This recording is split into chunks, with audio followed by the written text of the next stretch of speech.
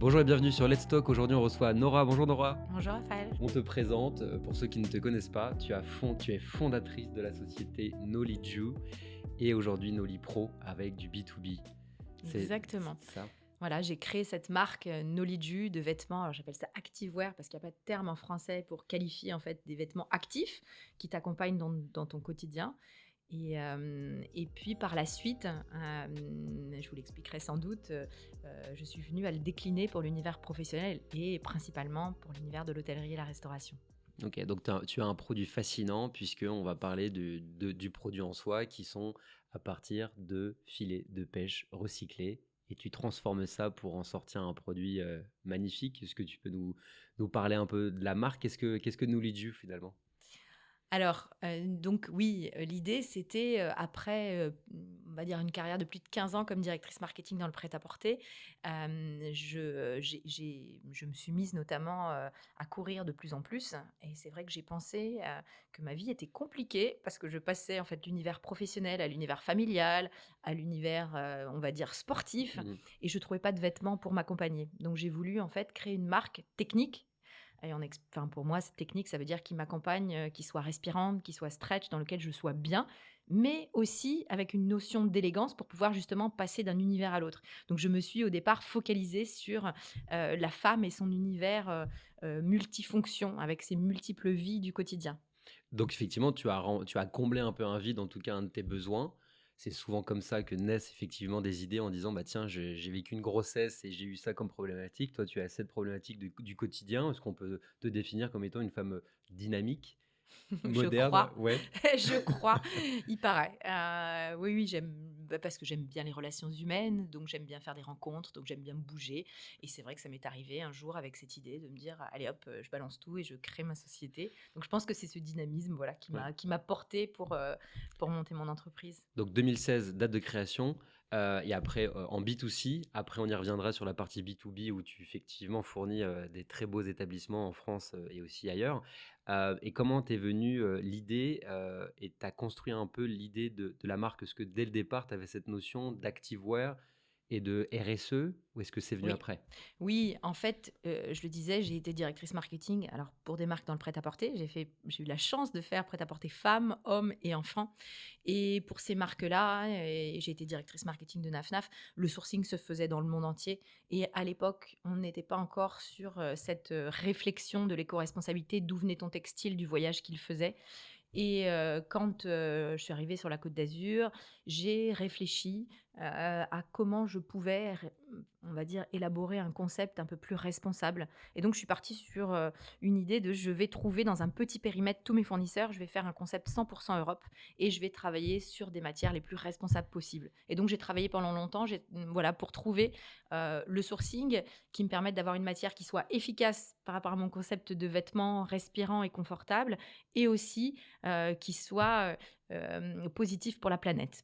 Et donc j'ai fait des tests avec un fournisseur, sur de la matière donc qui vient essentiellement du recyclage des filets de pêche et des jets plastiques en mer Méditerranée, qui est une matière ultra résistante et c'est ce que je voulais et qui, en fait, est technique parce qu'on est sur, en fait, un nylon, que je trouve plus vertueux que le polyester, mais on en reparlera et donc j'ai fait des tests moi-même. Donc comme je disais, j'étais passionnée de running, donc je les ai testés au sport pour, Mmh, justement ce mmh côté mh. mouvement et respirabilité et j'ai été convaincue. Donc j'ai déterminé ma gamme sur cette matière-là et sur un 100% donc Europe au niveau des tissus et de la confection. Oui, parce que je t'ai dit, «Pourquoi est-ce que tu te fournirais pas au Maroc, ou et cetera?» Et tu m'as dit: «Non, je veux faire du 100% européen, Union européenne» et donc il y a, et comment est-ce que tu as trouvé ces fournisseurs justement? Ça a été un travail de longue haleine? Tu les avais déjà un peu dans tes contacts? Alors non, c'est vrai que j'étais dans l'univers du textile, donc je savais ce que je voulais. J'ai une amie, styliste modéliste anglaise, Oui. qui m'a dit, voilà: «Oh, I love the idea, I'm gonna help you» et donc c'est vrai que je connaissais, les spécificités du textile pour avoir travaillé dedans, pendant 15 ans. Mais pour aller un petit peu plus loin et commencer à travailler sur mon taillage, elle m'a accompagnée dans cette réflexion. Donc j'ai été aidée pour me lancer et après je me suis lancée, toute seule dans une pépinière d'entreprise, dans un petit bureau. Je suis allée, rencontrer des fournisseurs en France. J'ai fait des salons Et petit à petit, j'ai tissé ces liens que je voulais 100 Europe. Oui, oui, je sais que c'est difficile quand il y a une collègue du salon, que j'ai rencontrée qui travaille justement sur des concepts de couettes éco-responsables, qui a présenté, les trophées de l'innovation comme moi, et elle me disait: «C'est vrai que c'est compliqué, hein, de rester sur du 100 Europe». Oui, c'est compliqué, mais c'est le concept que je me suis fixé, je veux pas en déroger. Tous les jours, j'ai des Pakistanais qui m'écrivent, des Chinois, Mmh. des gens du Bangladesh, mais pour moi, c'est vraiment important de pouvoir les rencontrer régulièrement et d'être proche aussi pour, le transport de mes matières, pour l'empreinte carbone, puisqu'on mesure tout. On pourra en reparler, plus tard. OK, bah, super. Donc du coup, tu es une vraie entrepreneuse. Félicitations à toi et aujourd'hui, tu as beaucoup de clients, la gamme B2C, du coup, s'adresse aussi bien aux joueurs de golf, de yoga, de running et donc tous ces sports, bon, bah, effectivement, font la forme, font, la vivacité, au quotidien et donc du coup, est-ce que tu as, des marques un petit peu de que tu t'es dont tu t'es inspiré un petit peu, par-ci, par-là, pour fonder un peu cette marque? Ou est-ce que tu es partie, from scratch de 0? Alors c'est vrai qu'en France, je ne trouvais pas vraiment ce concept d'activewear, et d'ailleurs, je pense que j'ai été, presque trop en avance, parce que les gens ne comprenaient pas le concept, et je pense que c'est dû aussi aux spécificités culturelles en France. Mmh. C'est-à-dire qu'en France, on a tendance à se dire: «Il y a le sport et il y a la mode et on mélange pas les 2». Et peut-être parce que je suis un peu d'origine internationale, bon, mon frère est aux États-Unis, donc j'ai voyagé. Je voyais ces jeunes femmes qui étaient fières d'arborer leur tenue sportive dans la rue en sortant du cours de yoga. En France, c'est pas forcément le cas, même si ça a évolué depuis. Et je me disais: «Mais voilà, sans doute, il va falloir que je trouve un activewear à la française». Donc il y avait des marques, comme, Lululemon, qui se développaient sur des matières qualitatives, pas forcément avec une approche éco-responsable, mais qui avaient cette approche activewear, qui ont pu m'inspirer à une époque, mais je trouvais que c'était un peu trop basique, et ce qui m'a amusée, c'est d'apporter du style à ça. Mmh. Et c'est ce qui a fait aussi un peu plus tard mon ADN, c'est-à-dire que je me suis dit: «Je veux pas faire que des leggings», parce que je pense que la femme française ne va pas travailler en leggings, et c'est pour ça que j'ai travaillé, en fait, sur des choses un peu plus habillées, qui sont mon cœur de gamme, comme, un petit pantalon à pince, un petit chino, mais qui soit stretch, avec lequel je puisse enchaîner avec mon cours de yoga ou de pilates entre midi et 2, sans forcément, voilà, changer mon pantalon. Donc on fait autant d'efforts pour se vêtir la journée lors d'un rendez-vous que finalement pour faire du sport et aller au yoga et en sortir et se sentir bien du début à la fin. Exactement. Moi, l'idée, c'est d'accompagner, les individus dans leur quotidien pour qu'ils soient bien du début jusqu'à la fin, en passant par des parenthèses sportives, effectivement.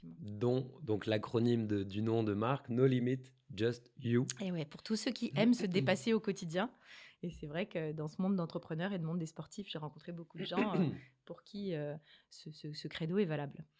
Je prends l'anecdote par exemple des Américains, des grands patrons américains. Parfois, ils se disent: «Mais moi, j'ai rien du tout dans mon dressing. J'ai un t-shirt, un jean et des baskets parce que je veux pas perdre de temps au démarrage de ma journée, très remplie et en fait, je prends que les pièces qui sont les indispensables et je perds pas de temps finalement à me vêtir, d'une certaine manière» et j'ai l'impression qu'on retrouve un peu ça dans le Noliju, cette simplicité de se dire: «Bah, peu importe la pièce que je vais trouver dans mon vestiaire Noliju, je vais pouvoir partir Je vais être bien dedans. et let's go, quoi». Mmh mh, mmh mh. C'est Oui, j'ai une cliente qui me dit: «Mais tes vêtements, c'est mes vêtements doudou». ouais. J'adore être dedans, et j'aime bien cette idée de vêtements doudou, et c'est vrai que, bah, le pantalon Étienne, qui est un de mes bestes, qui est le petit pantalon à pince, avec le petit ourlet à la fin, les femmes me disent: «Mais qu'est-ce qu'on est bien dedans», et il tombe bien sur toutes les morphologies, donc j'aime aussi ce côté, inclusion. Je vais faire plaisir. L'autre jour, il y a une dame qui me disait: «Oh, mais moi je fais un 48, j'ai du mal à trouver des pantalons qui me vont bien, qui tombent bien et dans lesquels je suis bien».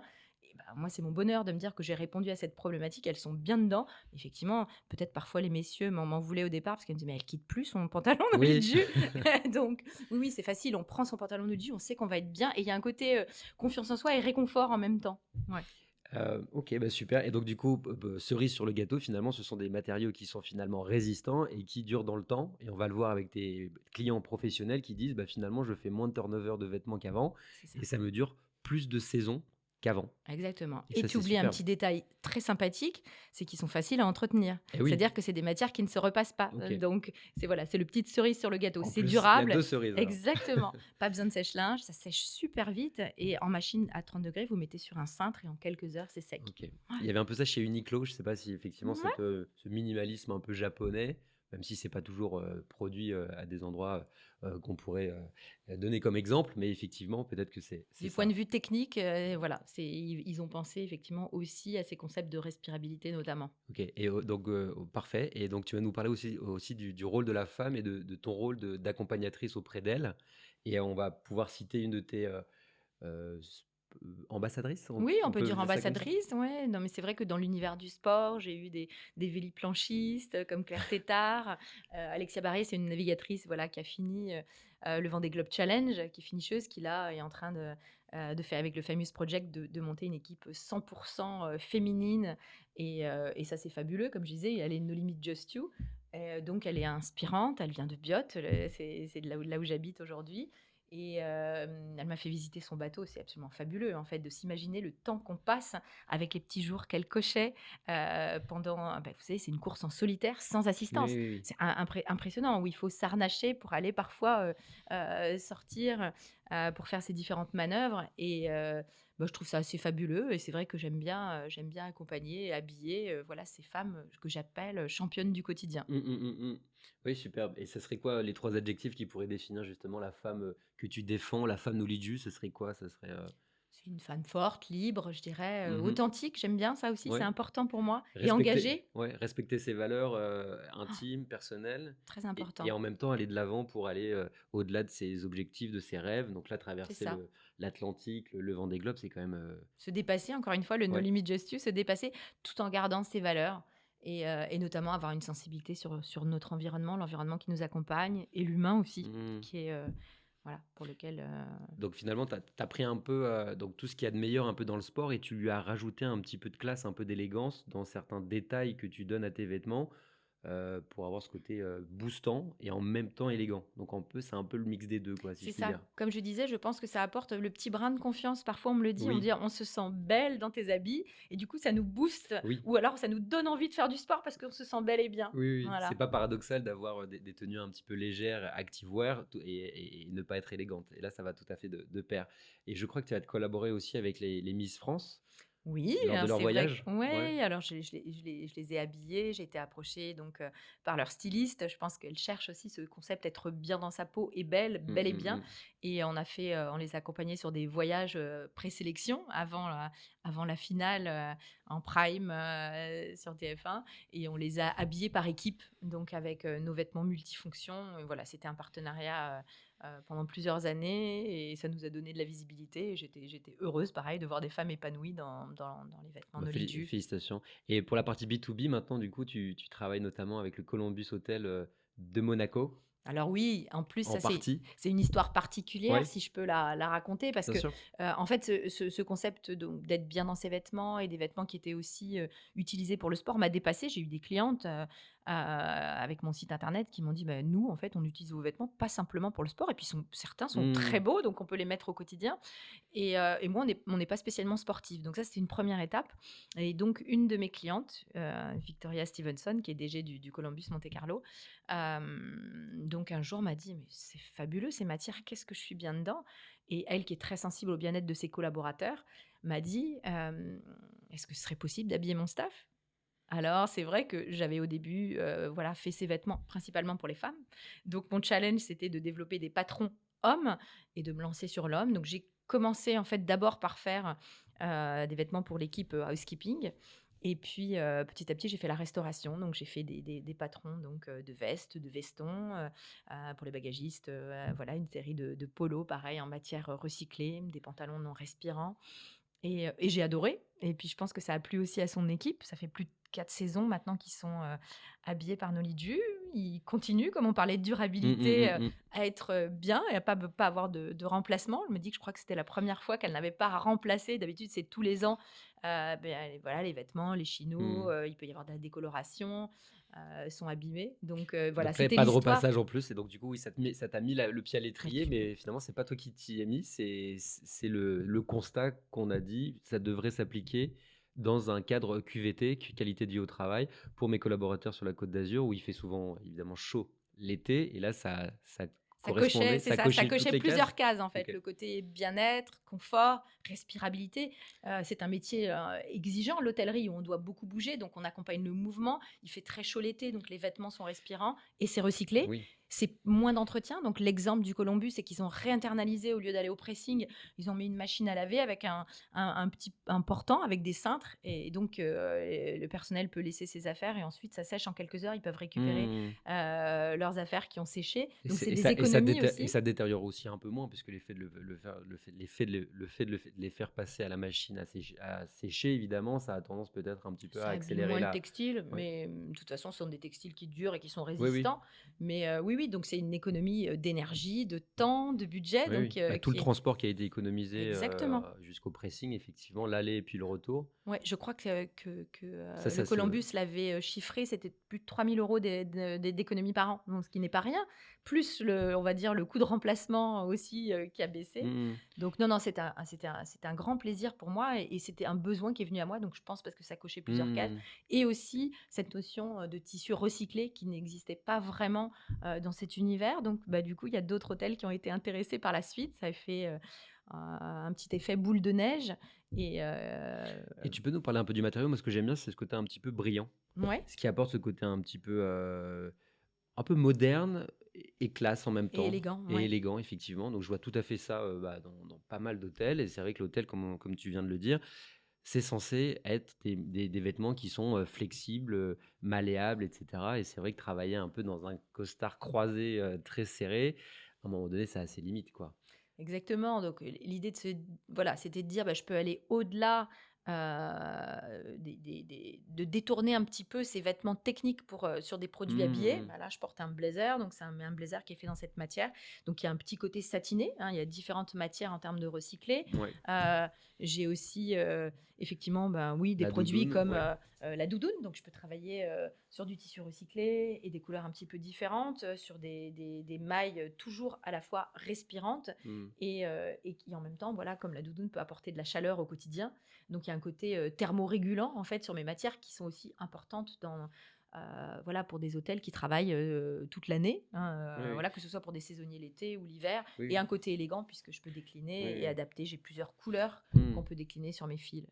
Oui, oui et je pensais à ça, c'est aussi l'image de marque un petit peu quand une terrasse d'hôtel ou de restaurant va s'ouvrir le matin à 6 heures. Bah, effectivement les collaborateurs qui vont ouvrir la terrasse, bah, effectivement le fait de porter une tenue, harmonieuse et semblable à chaque personne de l'équipe, effectivement ça va donner un cachet qu'on pourrait imaginer être d'un palace, mais finalement aujourd'hui j'ai l'impression que c'est du confort, de la prestation de service, de l'image de marque et que du coup ça pourrait finalement s'ouvrir à n'importe quel établissement, peu importe son segment, puisque finalement le coût, on y revient, et c'est un investissement long terme, qualité, produit, durabilité, image de marque, donc finalement ça coche.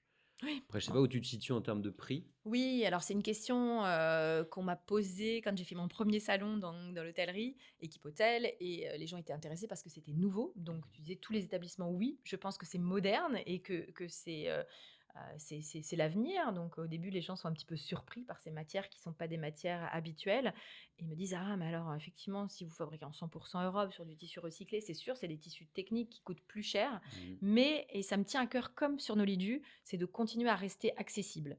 Donc, je dirais que je suis sur du, vêtement premium, mais en restant accessible et effectivement avec moins de coûts de remplacement, c'est tout à fait intéressant si on fait les calculs, l'un dans l'autre. D'accord et comment est-ce que tu crées les patrons justement? Dans l'usine, il y a un dessinateur modéliste ou est-ce que Alors, c'est toi qui envoies un peu une Alors, bon, esquisse ou? oui, oui, alors, tout ce qui est créa, bah, c'est ce qui me passionne et Ouais, c'est pour ça que j'ai atterri dans l'univers du prêt-à-porter. Donc, voilà, on fait des fiches techniques, voilà, avec nos dessins qui sont très précises, c'est avec vous le qui les faites? ouais, OK, exactement. vous l'envoyez à Avec l'usine. des alors c'est différent B2B? pour le modélisme parce qu'effectivement, on a défini des patrons, comme je te disais, avec ma collaboratrice au départ quand on a lancé la marque et parfois, j'ai des collaboratrices modélistes qui est un métier particulier puisque c'est vraiment l'architecte du vêtement qui m'accompagne sur des nouveaux modèles. Mais pour le style, en fait, le Ah oui, dessin, j'ai vu que tu travaillais effectivement avec une styliste, de renom, dont j'ai perdu le nom, mais, tu as eu, certaines éditions où tu as travaillé avec une personne en particulier pour faire, non, ça? j'ai fait des collabs avec des Ouais. écoles de mode, Ah oui, voilà, c'est ça. et je le fais toujours, j'aime bien parce que c'est Ouais. intéressant, en fait, de les challenger aussi sur, le style avec des matières un petit peu nouvelles. Et donc, je fais des collabs avec des écoles de mode notamment. Et quand, effectivement la jeune styliste a gagné un concours, on a fait un print notamment qu'on a commercialisé avec le nom de la jeune femme. C'était quelle école? Si on peut les citer? Alors, c'était, Lisa, à Paris. Oui. J'ai fait des collabs avec Condé aussi, qui est une école de design. Mmh.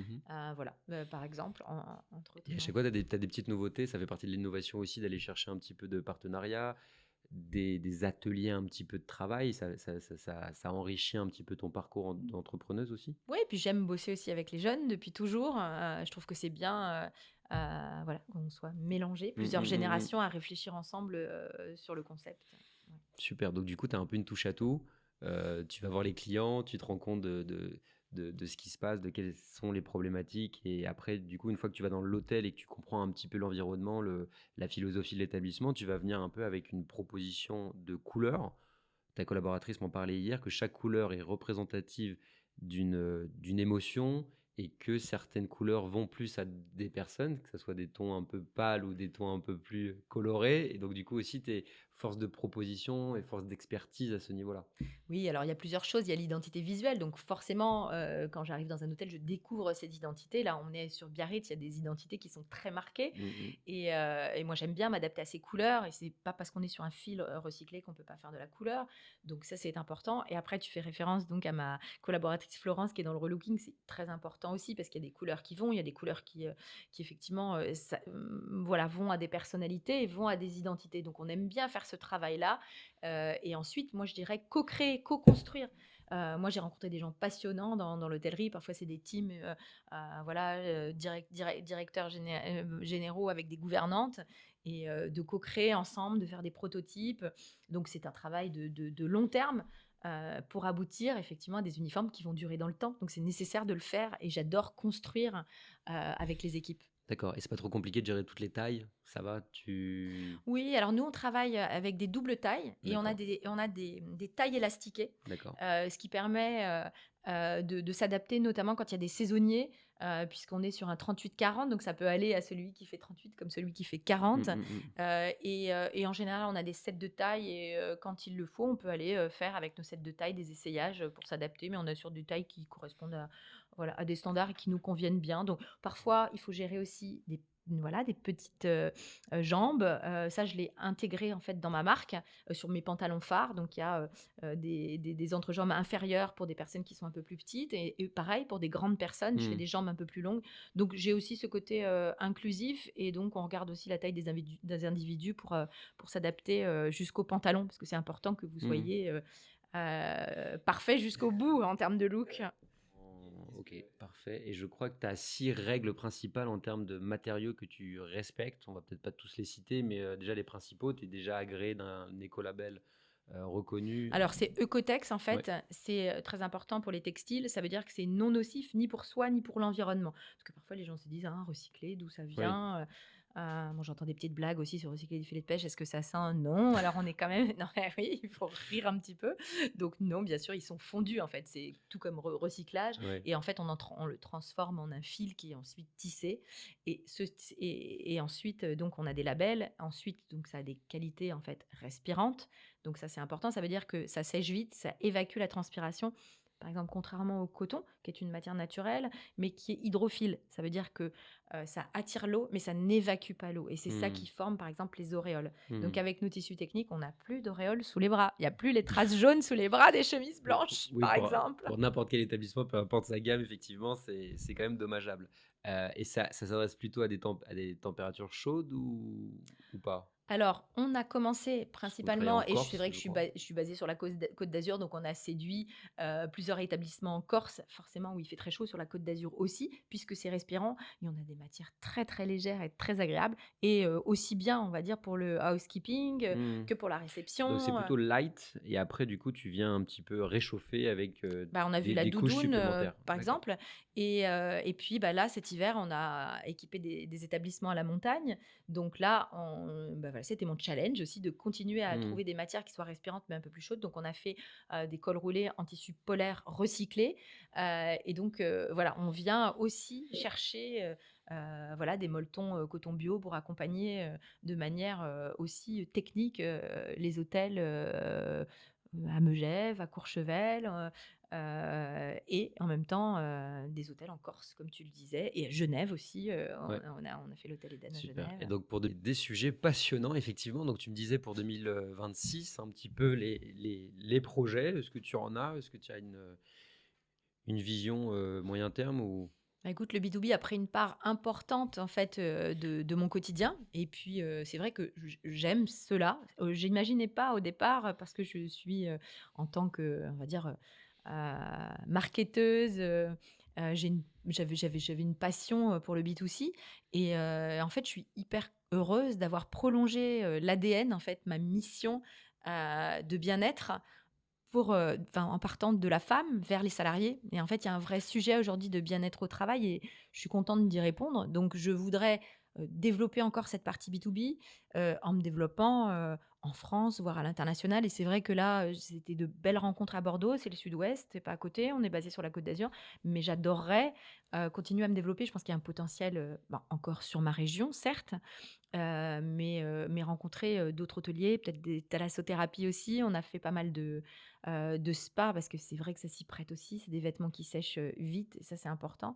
Donc voilà, de continuer à développer en France et à l'international la partie B2B avec des belles rencontres. Mhm. Est-ce que Heu tu préfères des objets, par exemple, je sais pas, des tapis de yoga, des, Non, j'ai envie de me concentrer sur le des vêtement. Je pense sacs, qu'il faut pas ouais. s'éparpiller. Mhm. J'ai déjà fait beaucoup, beaucoup de développement produit en 2 ans pour le Ouais. B2B. Et c'est vrai que je ne fais pas de catalogue puisqu'on fabrique à la demande, c'est important. On fabrique en Europe, donc on fabrique en 8 semaines. C'est aussi important que je l'explique à chaque fois, voilà, sur on va dire, Client. collaborateurs hôteliers, clients, et aussi collaborateurs. C'est vrai que j'ai développé beaucoup, beaucoup de modèles. Comme je disais, puis en fait, je trouvais qu'il y avait une problématique aussi pour les femmes de chambre. Donc on a travaillé sur des blouses, on a travaillé sur des choses beaucoup plus habillées, voilà, avec des costumes. J'ai développé une autre matière. Tu aimais le côté brillant, il y a des gens, voilà, qui voulaient quelque chose de plus sobre, donc j'ai aussi Mhm. développé une Mhm. autre matière. Donc maintenant, je pense qu'il va falloir que je standardise un petit peu, Avec des et que collections. je m'adapte, que je personnalise avec voilà, des détails, des passepoils de couleurs, avec les codes Mhm. couleurs dont on parlait. Donc tu peux faire Heu du sur-mesure, donc il y a 6 8 semaines de délai. Alors ça, Il n'y c'est a pour pas la de stock. fabrication, Ouais. exactement. Je fabrique sans stock. Ben voilà, c'est le côté les stocks, et c'est pour ça que sur le B2C, je faisais de la prévente. C'est aussi les surstocks qui polluent, et donc l'idée de fabriquer à la demande, c'est pas avoir de Pourquoi surstock. est-ce que ça polluerait plus? Parce qu'il y a il y a moins de trajets, peut-être, En du fait, coup? les surstocks, c'est ça qui, en fait, était brûlé à l'époque, Ah oui, et maintenant, en fait, quand il y a des surstocks, ben, ça part alors soit en second hand, soit dans les, malheureusement, ça finit dans les pays africains, mmh. parce que ça sert plus. Donc c'est pour ça que les surstocks polluent principalement. Donc si on fabrique à la demande, on n'a pas de surstock, on fabrique la juste quantité, nécessaire, et c'est ça qui est important pour moi. Parfait. On va passer au petit quiz, Nora. Ouh là! Si à l'échelle, mondiale, tu pouvais changer quelque chose, au à l'industrie du retail, qu'est-ce que ça serait? Mmh. À l'industrie du retail ou du Du textile? textile, pardon. Ouais, du textile. À l'échelle, tu dis, mondiale? Ouais, si chaque, Moi, je dirais producteur... le respect de l'humain.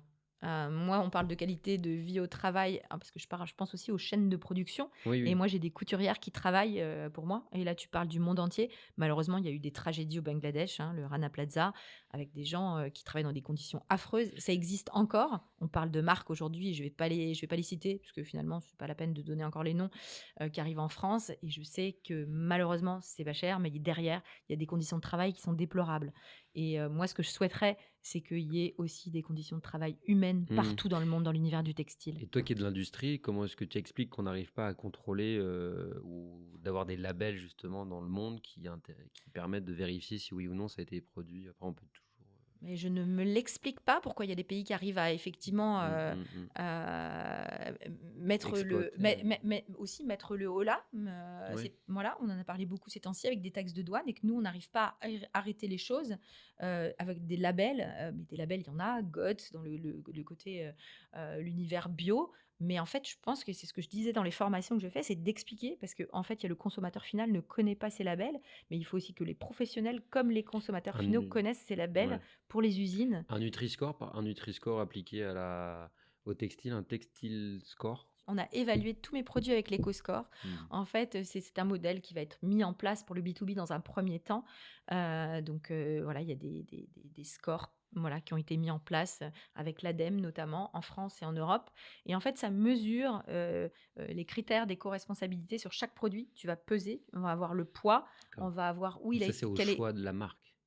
Mais de tu peux pas communiquer dessus ou pas. oui, Par mais est-ce que contre, ce sont des tu peux labels. pas obliger d'autres marques qui viennent du monde entier de pouvoir s'y appliquer et On pourrait dire qu'en France, on est obligé de ouais, communiquer ouais, sur ouais, la ouais, ouais. provenance, Comme l'origine, le le Nutri-Score. transport, effectivement, exactement, mais ça existe, mais les gens ne communiquent pas. Sur mon site, la marque Noliju, on l'a, on a des notes, on a évalué Mmh. sur Noliju qu'on avait 2 fois moins d'empreinte carbone parce qu'on part d'une matière déjà Mmh. existante plutôt que de fabriquer une nouvelle matière. Mmh. Et ensuite, on est en 100% Europe, donc on a moins de transport. Ensuite, voilà, il y a l'utilisation et tous ces critères-là donnent des notes qui s'appellent l'éco-score. Donc ça existe, mais Et à l'instar des Nutri-Score où tu vois EF, tu hésites quand même de les prendre. Est-ce que tu penses que ça peut faire la différence? Que est-ce que finalement le prix va rester malheureusement un argument de poids? je pense que ça commence à rentrer dans les mœurs. De plus en plus, je vois des gens qui sont sensibles, mais c'est le début, puisqu'effectivement, il y a des gens qui n'ont pas les moyens et qui vont C'est pas ce regarder. qu'on a vu dernièrement au BHV. C'est vrai, c'est vrai. Sans faire Mais de parfois, bashing on veut encore une faire du fois, mais business et puis on oublie, et c'est pour ça que je parlais des valeurs. je parle des consommateurs là, entre guillemets, ils ont le choix, ils se disent: «Bon, Apparemment, c'était quand même plus cher parce qu'il y avait la marge aussi du distributeur finalement ah que oui, que finalement sur c'était là». internet. OK. Mais, Et je qu'est-ce que pense que tu les gens changent et après il y a des moyens. Je pense que le concept aussi, c'est de consommer moins mais mieux. Alors c'est difficile au début parce qu'en fait, on est tenté par ces marques mais ça, on voit que ça marche pas. qui viennent de loin et en fait, on leur met des promos en tête et en fait, il y a le cerveau, Oui. qui se met dans un côté Mmh. addictif. Je vais avoir plein de nouvelles fringues et ça va être bien parce que je vais avoir un look différent tous les jours. Au final, on les met 2 fois et puis on les jette. Alors que si on a quelque chose dans lequel on se sent bien, comme je disais tout à l'heure, où on est content le matin d'être dedans, le vêtement de doudou et qui dure dans le temps, bah, en fait, c'est bien plus confortable. Voilà, donc je pense que ça met peut-être du temps. Moi, j'ai vu déjà post-Covid, ça n'a pas été tout de suite. Je pense qu'il y a eu une période de digestion et qu'au bout de 2 ans après le Covid, les gens ont commencé à vraiment tenir plus compte de l'origine des produits et de la constitution des produits. Après, il y a toujours des gens qui n'ont pas les moyens et à ces gens-là, je dis: «Bah, en fait, il y en a certains, ils préfèrent attendre». On en a rencontré, ce week-end à Bordeaux mais d'attendre, mais acheter quelque chose de marque et d'une jolie marque qui soit vertueuse. Donc moi, je ne peux que prôner ça. Il y a des retours en arrière en temps de crise, c'est dommage. Donc je suis là aussi au micro pour en parler, de dire que non, il ne faut pas céder. Je pense que c'est important pour l'industrie, pour les marques françaises. Malheureusement, voilà, des collègues qui, voilà, qui ont dû fermer leur boîte pour ça et donc il faut continuer à soutenir la création, les marques françaises. Oui, c'est aussi mon message Alors 3 aujourd'hui. marques françaises, que tu, fétiches le plus?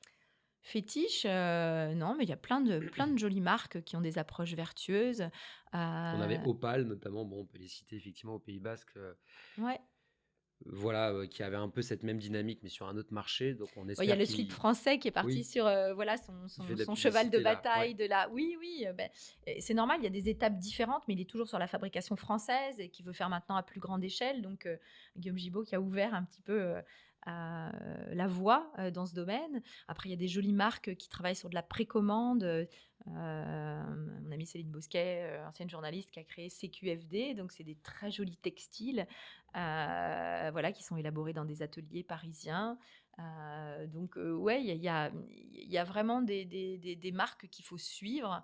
Voilà, moi, je rencontre des créateurs. J'ai une créatrice dans mon village à Valbonne qui fait des parfums locaux à Grasse, des senteurs. L'atelier C, c'est une jeune créatrice d'entreprise de 30 ans, pareil, qui fait aussi, du B2B et c'est fabuleux, il faut que ça continue. Mmh, Donc mmh voilà, soutenez les marques françaises. et super. Beh, écoute, merci Nora. Est-ce que tu as des petites choses à rajouter peut-être en fin d'émission, parce qu'il y a des conseils à toutes celles et ceux dans l'hôtellerie-restauration, toi qui fréquentes quand même beaucoup ces établissements maintenant. Je sais pas, des conseils peut-être, puisque tu travailles aussi un peu sur le savoir-être, savoir-vivre un petit peu aussi sur la manière de présenter les marques. Tu as une expertise là-dedans. Je sais pas si on peut faire le lien justement entre l'habillement, la présentation et la prestation de service. Je dirais simplement que quand vos équipes sont bien dans leur peau, je pense que ça rejaillit, finalement après, sur l'image, la fidélité des collaborateurs, ouais, sur l'attractivité globale. Et je pense que c'est ça, il faut voilà, se focaliser Mmh, sur le mmh, bien-être mmh, de mmh. vos collaborateurs et les vêtements en font partie et ça rejaillit forcément sur l'image de marque de votre établissement au final. On va peut-être un peu dans le détail, mais c'est vrai que parfois il y a une certaine réticence à vouloir donner trop d'habits et trop de dress code parce qu'on a peur qu'il y ait trop de pertes et que les personnes en fait s'en aillent peut-être parce que parfois ça arrive que les C'est personnes vrai. au bout d'une saison s'en aillent, Ouais, qui partent avec les ouais. vêtements, qu'on ait acheté des tailles qui ne vont plus aux nouvelles personnes et que finalement on se retrouve un peu sur les bras et ça alourdit un petit peu la charge psychologique quelque part. Même si finalement il faut essayer de donner le maximum pour que les gens puissent rester si jamais, mais il y a toujours des intempéries, pas des intempéries, mais des surprises. Et donc, du coup, je sais pas si tu as si on rentre dans le détail de savoir si on mettrait une petite caution, euh, ou On si en on on leur donnerait, on en ou est-ce que discute, c'est on des parlait d'un prêts? petit carnet, Ouais. Est-ce que par exemple, toi, tu heu mets ça à disposition? Est-ce que ça serait pas justement quelque chose en Ouais, pratique? on est en Ouais. train d'y réfléchir. Certains sont ouverts à la caution. C'est vrai que ça permet de peut-être de prendre conscience Toujours un peu délicat, mais si on se rend compte et que si c'est bien expliqué, de la valeur, ouais. pourquoi pas, oui. Moi, je dis aussi, on en revient à ce que je disais, consommer mieux, mais moins. Donc, on a peut-être besoin, tu parlais de beaucoup, beaucoup de vêtements. On en a peut-être besoin de moins avec nos vêtements Nolipro, puisque finalement, on arrive à les changer rapidement avec l'entretien. Donc, il y a ça aussi qui joue. Mais on va dire, peut-être que sur les uniformes, les responsabiliser avec un carnet, pour que chacun prenne conscience de ce qu'il a et qu'il les restitue à la fin. Ou une caution, c'est un modèle, Je voilà, pense que c'est qu'on peut important, mettre en effectivement, quand place. on parle aux hôteliers, aux restaurateurs, effectivement, surtout quand on a des grandes équipes et qu'il y a un peu de turnover, tout ça, de mettre ça en place et ça peut devenir un argument facilitateur intéressant, ouais. Est-ce que tu as une personne que tu imagines pouvoir passer sur notre podcast? On parlait de Victoria Stevenson tout à l'heure, qui Et effectivement oui, je vous ai mis en relation, je crois, donc Ouais, la prochaine fois qu'elle vient à Biarritz ou alors pour le mais plaisir. justement, elle a travaillé au Royal Savoy Mmh. à Londres, elle a Oui. travaillé au Royal Monceau, elle est de Glion, et effectivement, elle a connu ces belles maisons où, un peu ces anciennes maisons, si je puis dire, londoniennes, il y a le képi, il y a le costume 3 pièces, il y a tout un décorum de vêtements qui participent effectivement à cette expérience. Alors, c'était très intéressant puisqu'elle a connu tous ces univers-là et nous, on a vraiment conçu toutes les pièces. Je sais qu'il y avait un tissu que j'avais utilisé dans ma collection et elle a souhaité que je fasse des robes pour les gouvernantes avec ce tissu qui était particulier, qui intégrait le bleu de son identité visuelle. Donc, Hmm. elle a transformé ça, voilà, Elle a un peu modernisé, dans ouais. son univers. Elle a vraiment contribué à moderniser. Elle a cette ouverture d'esprit.